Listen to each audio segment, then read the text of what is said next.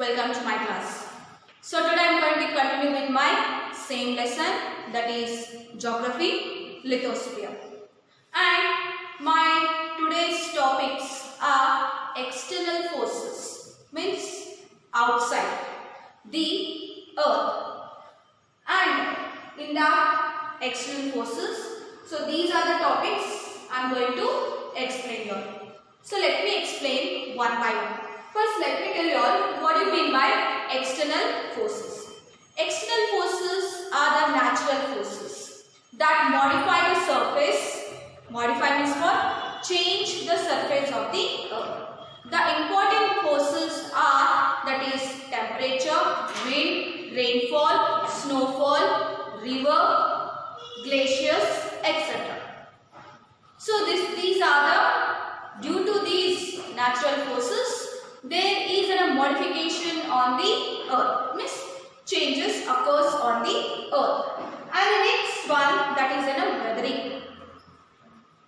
Weathering is a wearing away or breaking down or gradual disintegration of rocks. Gradual means step by step. Step by step, what will happening?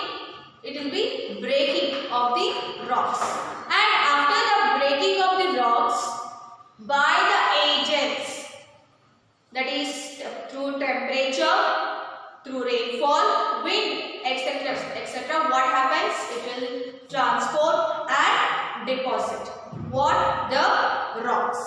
So in the weathering, there are again three different types are, that is mechanical weathering, chemical weathering, and the biological weathering.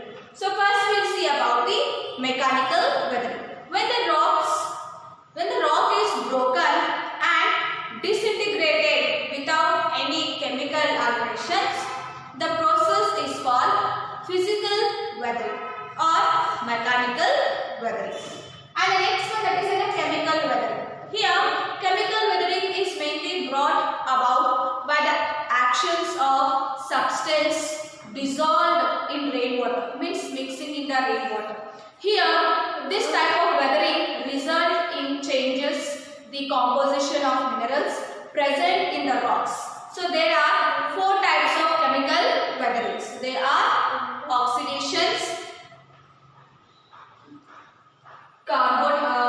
carbonations, hydrations, solutions in the chemical weathering.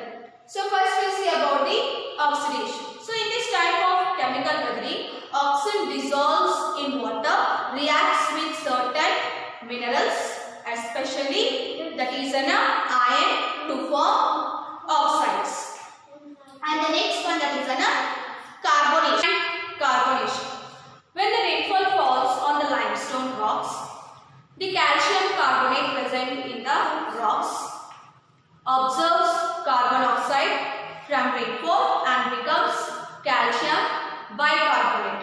And the next one is hydration.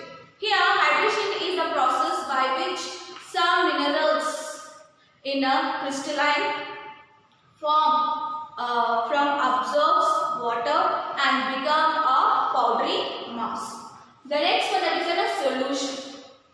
When the rain falls on the surface of the land, rainwater dissolves, mix, and soluble minerals present in the rocks. So that is about the solution.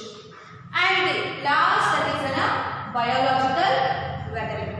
So in this biological weathering, all living organisms like plants, animals, human beings play a role, very important role in one or the other way in the weathering of rocks, means breaking of the rocks.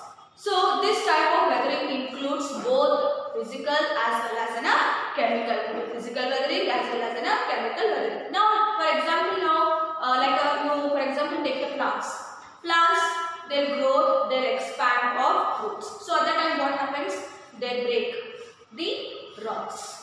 And next one, that is animals.